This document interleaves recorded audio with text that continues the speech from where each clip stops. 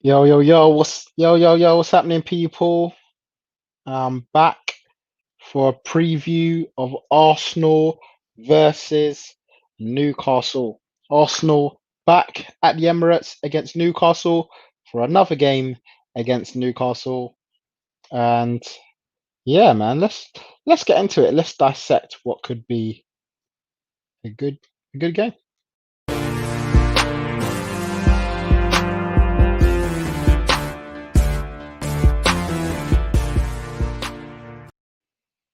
Yes, we're back at the Emirates. It's Arsenal versus Newcastle. Um, Big game for Arsenal, obviously, to bounce back from the draw against Crystal Palace. A lot of people maybe expected us to go on another winning run. I certainly did. I certainly expected us to beat Crystal Palace last week. And now we've got to make up the numbers. Now we've got to win and Newcastle to get back on the horse. So yeah, we're gonna take a deep look into Arsenal, into the team news, into the predicted 11, what the predictions are going to be. So get into the chat. Let me know who you think will be starting today, what formation we'll go with. Do you think Arteta might change it up today? Obviously, he said that the squad suffered from fatigue last week. So is it a case that he decides to make a few changes to the personnel? Um, Maybe the young bucks tiring a bit. Does he bring back in some of the senior guys? We'll dissect that and we'll get in. But yeah, let me know in the chat. Let me know what you think. Please make sure you like this video. Smash that like button for me, please, and hit that subscribe button if you are new around here. If you're new around here, but yeah, get in the chat and yeah, we'll dissect it. But first of all, the big news of the week, the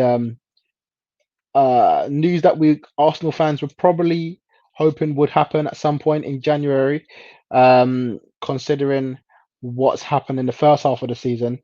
Mesut Ozil, he is now set to join Fenerbahce. Um, he travelled to Turkey yesterday to cover medical. Arrived last night. He said goodbye to his teammates yesterday, the likes of Mustafi. He sent a message to Kolasinac, who's already left on loan to Schalke. Um, and of course, Mesut Ozil hasn't played for Arsenal since that 1-0 win against West Ham way back in March before the coronavirus and has practically been frozen out by Mikel Arteta. Obviously, he came to Arsenal a while ago. Mesut Ozil, 40 was it 45 million pounds, 42 million pounds, like that, from Real Madrid way back in 2013. And he's leaving with trophies. He came at an era where we won a trophy drought, and he now leaves with 3 FA Cup medals in the bag. So I guess he leaves a bit of a happy man in that respect. But also he leaves with helping Arsenal obviously get back to where they were, which was in a good stage in the Champions League. But of course, since the past couple of years, it's been a bit of a tough time for both Özil and for Arsenal. But yeah, he gave an interview to Turkish TV saying that he was very happy, he's excited to be joining Fenerbahce, and he waited with pride.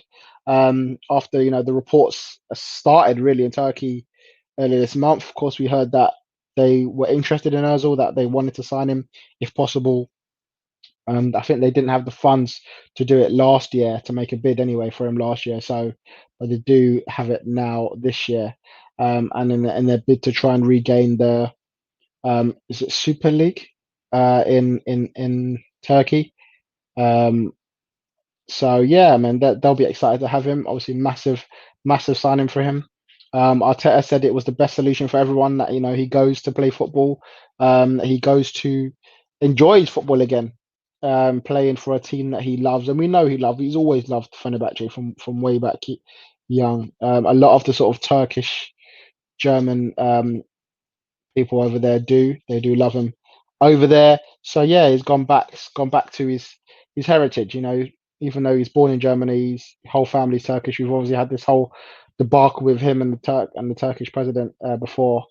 And Fenerbahce described it as a dream come true for them to join them to the club. Um, he said that it's in Fenerbahce is like Real Madrid in Spain. It's the biggest club in the country and the club he always wished one day he would actually play for. Um, but it's been a bit of a sad end. Hasn't obviously played football, as I said before, since March. But he did start the first 10 games when Arteta came in. So there was a case of maybe Arteta was giving him a chance. He did say he'll give everyone a chance. Obviously, that chance came to an abrupt end right at the end, as well as Matteo Guendouzi, who we saw leave in September on loan. Ozil did say last year, he did make a statement saying that he's going to stay to the last day of his contract in June, and he's not going to leave the club. But obviously, Arteta left him out completely of the Europa League and the Premier League squad. So, he made a statement to say, look, I don't want you here. And it looks like now Ozil was decided to just say, you know what, fine, instead of just waiting this out, um, even though it looks like he may leave £7 million behind. I'm sure there'll be some sort of agreement where he gets some of it. I've no doubt that he would be taking some money with him um, along, to leave the club. Um, of course, we made him the highest paid player in January 2018 with that massive pay increase. But he decided to not take a pay cut this year during the pandemic when Arsenal wanted to balance the books, and maybe rightly, maybe wrongly, but that was a choice that he decided to make. And yeah, it sort of backfired on him in terms of playing time because he's been completely, completely omitted from the Arsenal squad. But yeah, as I said, he now leaves Arsenal.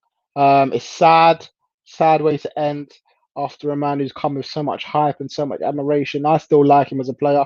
I always wanted him to play for the club when he was available. But I feel now it's time to go now.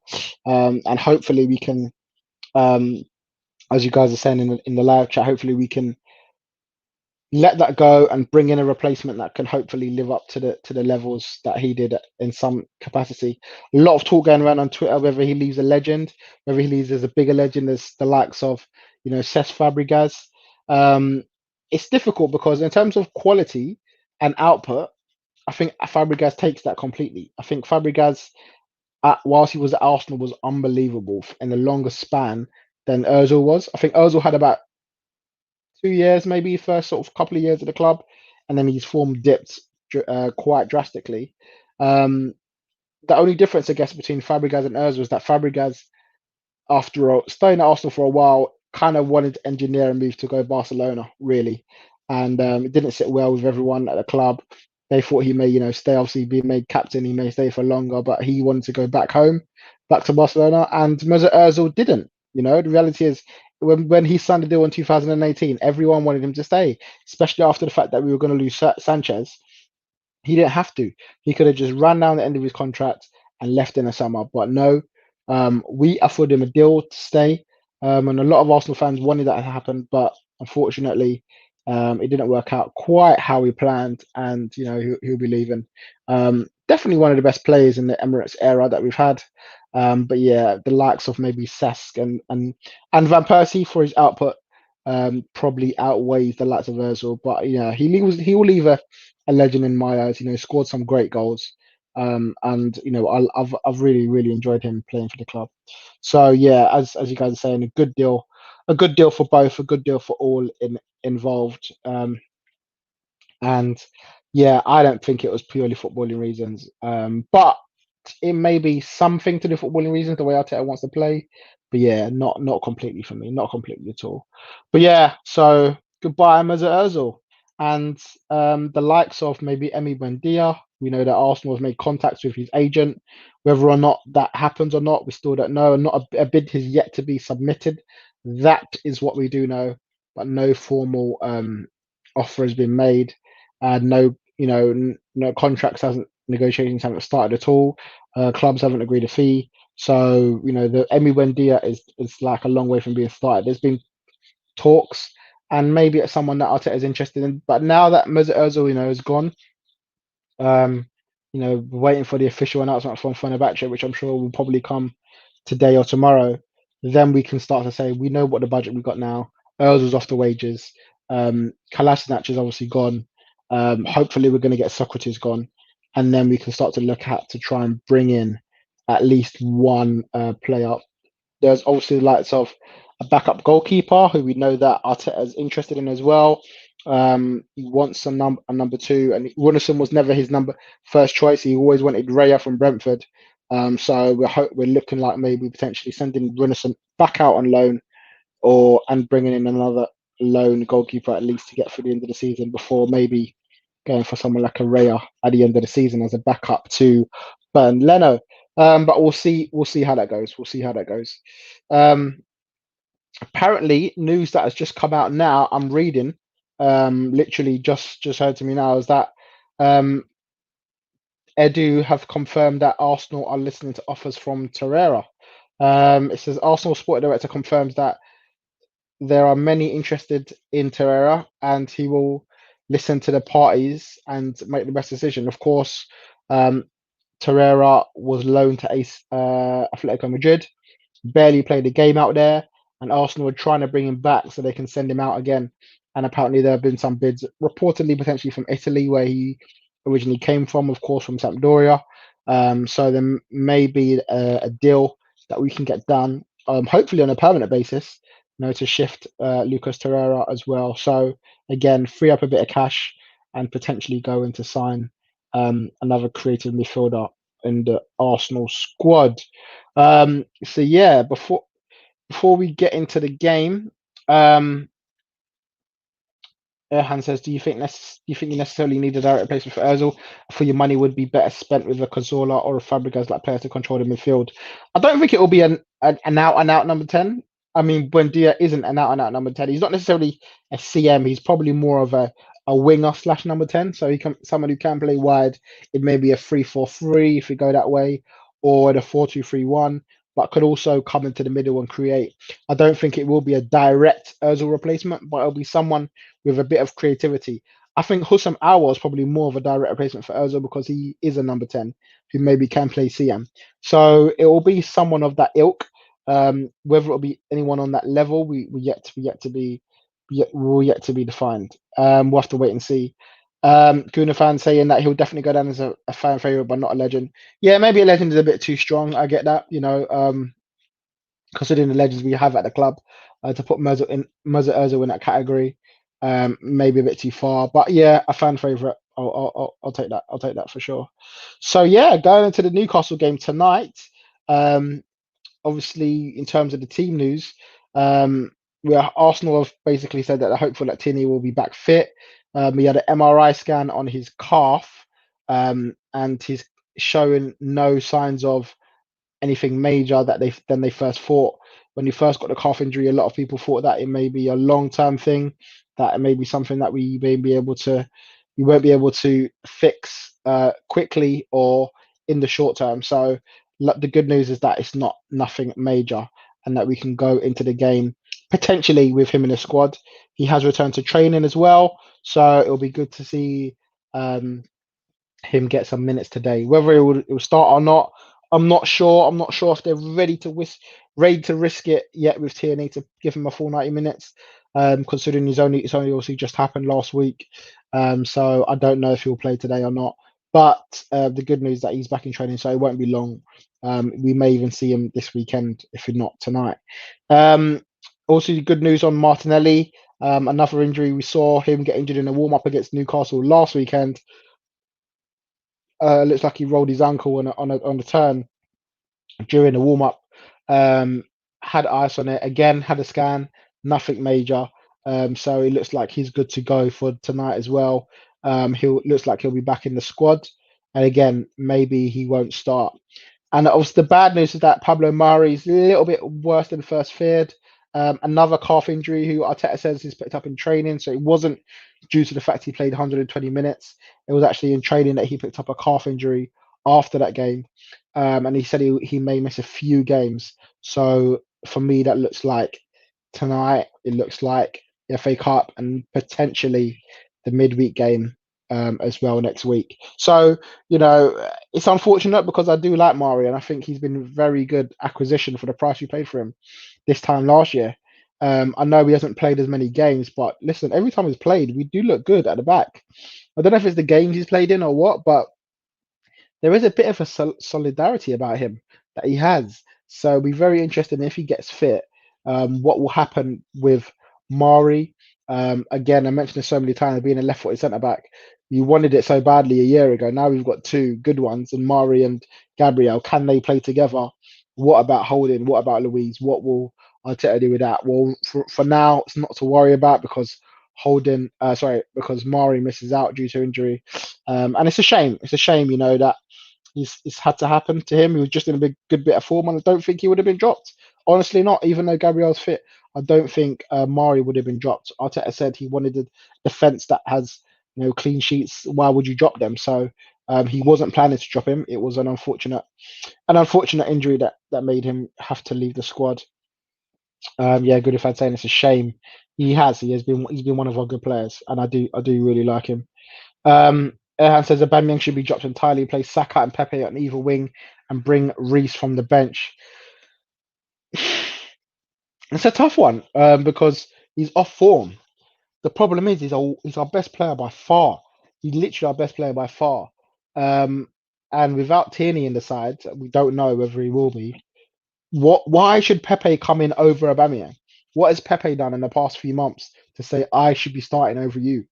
I know Aubameyang has been poor, but Pepe's been poor, and Willian's been poor, and Reece Nelson hasn't been great. I know he hasn't had as much chances, Reece, and he did get injured, but there's no one grabbing that shirt for me. So I wouldn't go and jump just to drop him just for the sake of it. Maybe he needs a rest potentially, but there is the FA Cup this weekend, so he may get a rest in that game instead of tonight. So yeah, I don't think he should be dropped entirely. I think he needs to get back into form. It's more the fact that we get him into form than we drop him. Because if we can get him into form, we're a much better team.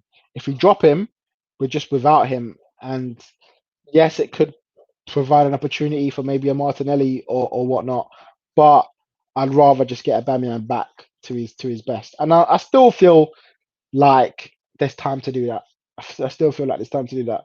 There was a part of me this week, literally last night, I was talking to one of my boys, and we were talking about the possibility of a 4-4-2 with Aubameyang and Lacazette up top, maybe Aubameyang on the left and Lacazette on the right. Obviously, it leaves us a bit of shorter numbers in the middle. But something that with Partey in there, could that be a role that fits Aubameyang a lot better? Could it be a role? We yet to wait and see. I don't know whether he will start consistently there with that formation. Just the sheer number of teams that play with a packed middle of the park in there. Goodefan agrees. It says Nelson needs to improve on his end product, but I see the potential in Reece. I'm not sure. Like, there's potential in him. I just don't know what that potential is going to lead to. Is he going to be a great player for the club? Is he going to be a first team? Is he going to be a sub man? Like, I want to see that level from Reece to properly push the first team to get into the squad. And I'm always here for the young players to come in, the Haaland boys to come in. So yeah, I'd like that to happen, definitely. So that will bring us on to nicely the team that I think Arteta will play today. I'm not going to go with a 4-4-2 because I don't think we'll be going there anytime soon. I just thought it might be interesting to see. So without further ado, let's get into this. Hope you all can see this. Give me a shout if you can't see it. So in goal, no doubt about it, has to be Bernd Leno. He is our number one, and he goes straight into the lineup. I don't want to see Runnison touch pitch at all. Thank you very much. In at right back, I'm going to go with Hector Bellerin. Had a good game a couple of weeks ago. Was a bit poor against Palace, but I think everyone didn't have their levels on that day, so I wouldn't single him out. Got a new documentary out. It's quite interesting to see him talk about him coming back from full fitness. Go check that out on his YouTube channel. Next to Bellerin, I'm gonna go with Holding. I think he deserves to keep his place. That may be a big change today if Arteta wants to make one. Go with David Luiz instead of Holding, but for me, Holding has to keep his place, man. He's been good. He's also in my fantasy team, so I need a clean sheet. But yeah, I think he deserves it, and obviously got a new deal this week as well, last week as well. So I think he'll start in the middle. And next to him, I'm going to go with Gabriel. I'm going to bring him back again, as I said before. Mari injured, um, and I think we'll need a bit of balance in the back. So I think we'll go with Gabriel. I know we went with David Luiz and Holding last week, and we got a clean sheet. But for me, um, Gabriel will be the one to go with. Uh, you lot are saying you can't see the formation on the screen. That's because I didn't add it in. Give me a second. There we go. Can you see that now? So Leno, Bellerin, Holding, and Gabriel at the back, and I'm gonna go at left back with. This will be the big one for me. This will be the big one. Does he risk Tierney? I don't think he does today, just because of the issue he had. Now we've not actually seen Bukayo Saka, I believe. Correct me if I'm wrong. In a back four, we've seen him in a back five as a left wing back. I want to play him in a back four and just see what happens. The reason is Maitland-Niles was so bad against Crystal Palace, like properly bad. Gave the ball away so many times, and in the end, I think he did come off, didn't he? And Saka went there to finish the game off.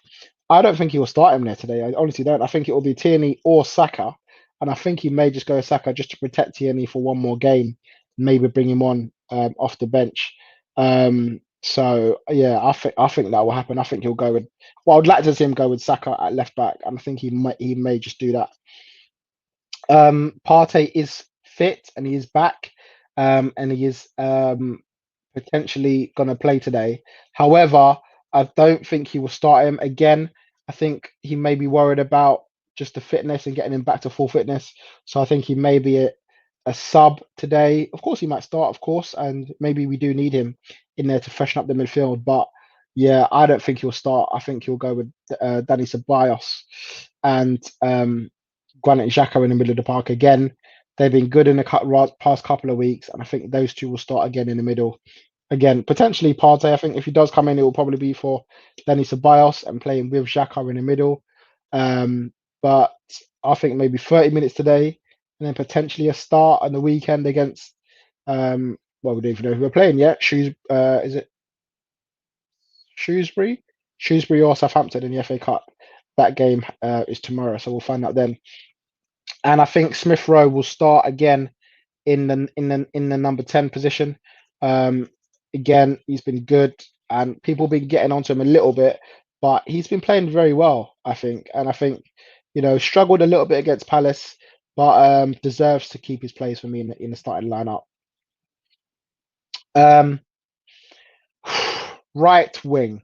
Now, obviously, I've moved Saka to left back, which means there's a spot on the right wing. Martinelli coming back for me again will be a just in case. You don't want to risk it yet, and maybe start him in the FA Cup. And I'm going to give this man another chance. They've got rid of his picture because he's been that bad. Nicholas Pepe, Nicholas Pepe on the right, of the front three. Risky, yeah, maybe. But I mean, if you can't perform against Newcastle, who can you perform against? But it's him or Willian at the moment, and I would go Pepe. I think Willian's been even worse. Of course, as I said, if Tierney comes in, then Saka will go there. But I'm gonna go with Pepe on the right, and on the left, I'm gonna keep Aubameyang there. As I said, the main thing is we get Aubameyang back to full fitness, and we get Aubameyang not full fitness, sorry, full form. We get him scoring goals again. I'd stick him out on the left again and play him a little bit more of an inside. Obviously, you've got Saka there as well. So hopefully, Saka will give him a bit more help on the overlap runs and he can make them runs inside and help out the striker, who is the man in probably the most form in the club at the moment, alongside Tierney, Lacazette. I'd start him again. Didn't have a great game against Palace, as everyone did. You can't just drop the whole 11. So, I think he'll start with Lacazette again. There is a chance Aubameyang goes up top and Martinelli comes left. But it all depends on the fitness. Again, Tierney, Partey, Martinelli could all start if they're fit, but that's the team. I think Arteta will start, and I think he will talk. He will go with that lineup for the time being. Decent lineup. I think a lineup, and I think that we can hopefully get the win with. today. So yeah, that's the team I think we'll go with. Um, right. So let me jump in the chat. What are you guys saying? At least Kolasinac can't have a stinker. Yeah, of course, that's not going to happen. He's in shock. Apparently playing quite well out there. So, you know, good luck to him. Good luck to him. Get your results in the chat. Jordan Brown thinks Newcastle will win 2-1. Jordan Brown loves to tell us that we're going to lose, isn't it? And you were right for the first half of the season. But things are starting to change now, hopefully. And let's hope it's not, for my sake, a 2-1 win to Newcastle. Um, Trust me, it's that stress that we really, really don't need. Um, Jordan says that his team's top of the league for now. Whatever happens tonight does not affect his team. It will be a joy to see Arsenal fans' reaction to their defeat tonight to Newcastle. Sorry for the spoiler. Um, Listen, there's always a chance we're going to lose this game. I mean, Newcastle is a team that we have struggled against in terms of performances in the past, but always come out away with a victory. And they're so bad right now, Newcastle. I think they've they're what 8 games without a win now in all comps or something like that. So they ain't playing well. They've definitely missed having Saint-Maximin in their squad. He's had COVID and really struggled with it apparently. But they're saying he might be back today. Hopefully he's not. But he's someone that gives them another dimension, a bit of pace. But yeah, they ain't playing well, and we were bad against them in the cup and still got through. So yeah, we'll see how that goes. I'm going for I'm going for a 2-0 win. I went for a 2-0 win last week against Palace, and I was wrong. I'm going to back it again. And not because I think we're any better, will be any much better than we were last week. I think there has to be an improvement, but more the fact that Newcastle are so bad. And even though we struggled against them in the cup, we were still the better team. We still created more chances. They probably had the best chance with Andy Carroll, but I think we'll have enough today to get the victory. I'm going to go for a 2-0 win. And obviously, those of you that know, I do my Ramsey versus Arsenal. So come back and check the review after the game, and we'll see whether I got it spot on or whether I was far, far off. Chances are, as I am these days, far off. I'm predicting Arsenal to be way up than they should be at this stage of the season. But yeah, man, it's a chance for Arsenal to climb the table. I'm just gonna have a look and see where are we in the table. I see these days I don't even check the table. That's how bad we've been. I don't even check the table. But let's have a look and see where we can get to if we got um a win today. Oh, that's way too high up. I'm scrolling way too high up. So we're 11th. A win takes us to 10th. Oh, top half. But we've got 3 games in hand over, or 4 games in hand. It will be tonight over Villa. But they have Man City this week, so there's a chance we'll be 10th if we get the win today going into the weekend. 27 points, not great, but you see, like 2 points behind Southampton, 2 points behind West Ham, 2 points behind Chelsea. If we get the win, um, leaves us in a not a bad state. I know we'll obviously have a game, play the game more than those teams, but we're climbing. We're getting the right way. We're getting the right way. Obviously, if we lose today, we can't drop in the table until the games are played over the next couple of days, Tuesday and Wednesday. In fact, I don't think Leeds, Palace, or Wolves play today. So play this week. So I don't think that's going to happen. But yeah, so yeah, a chance for us to get into that top half of the table and finally start making our way up to wherever we believe that we should be. Wilson says Partey, Gabriel, Martinelli have to play. Uh, I mean, yeah, it will definitely benefit us if they do play. It's the fitness I'm worried about. I'm worried about if that fitness that if Partey picks up another injury, you don't want him out for another month. So I think they'll be very careful with those 3. With Gabriel, the most likely, and I think Gabriel will start. I know he had COVID, but he was on the bench. So yeah, we'll see. We'll see. Wilson's gone for a 2-0 victory as well. So, couple of us going for it. Going for the win. this is our chance to get into the top half, as you said. Yeah, man, this is it. Top of the bottom half of the league as it stands. A chance to go bottom of the top half of the league come full time. Yeah, man. So we've been asking for a trophy for that all season, trust me. Listen, give us a trophy in it. We love a trophy. We love a trophy to win. We love a trophy to win. Um, but as Wilson says here, and we're going to end here, Arsenal have to win. No excuses. This is a game we cannot afford to lose. If we lose this game, I won't say right off the season. The season might already be written off, but this is a game we just should we can't be losing again. We can't be losing this kind of game. But we've been poor at home, so it wouldn't surprise me if we have another dip in performance. But hopefully we can see off Newcastle. I've got a couple of Newcastle friends, so I'll be letting them know that we beat them again. But the funny thing about Newcastle fans is that they're so down and out, you can't even banter them anymore because you say, yeah, we beat you 2-0 or whatever. They're like, yeah, it's cool. We expected it. We don't expect to win. Well done. There's no fight from them. Back in the day, they had a bit of fight. Yeah, we'll beat you next time. Rah, rah, rah. Now they ain't got no fight because their team is so bad and they can't even sell the club. Every time there's a bid coming, you think that they're going to sell it, they can't sell it.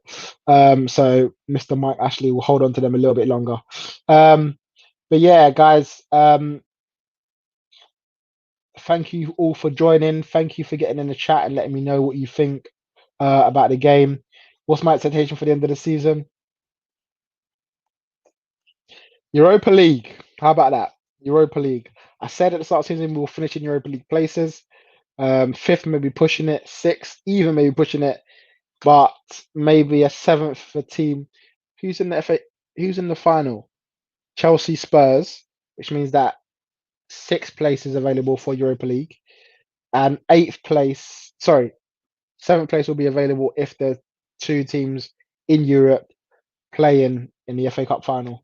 But yeah, I mean, Europa League is the best thing I can hope for, unless, of course, we win the Europa League and we qualify as top seeds for the Champions League next season.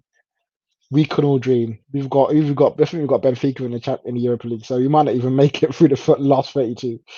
But yeah, it's going to be a struggle, man. But listen, this season's open. The season's open. Like we showed you the table earlier on. A win today puts us 2 points behind seventh place, and there's a long, long way to go. That's why we're only halfway through the season. Today will be our 19th game, and so it'll be halfway through the season. We can then reassess and see where we are. Then, yeah, I was thinking about this. When does that start? Is that this year? The Conference Europa League. God damn! If we're playing in the Conference Europa League this year, the banter that we're going to receive is going to be absolutely mad. The Conference Europa League, the Conference, mad, mad. Well, listen, I guess if we're in the Conference Europa League, there's a more chance of a trophy returning to the Emirates next season. We'll see. Guys, come back after the game. I'll be doing a match review for the game tonight against Newcastle, predicting the 2-0. And predicting 3 points. Guys, thank you for joining, and I'll see you all very, very soon.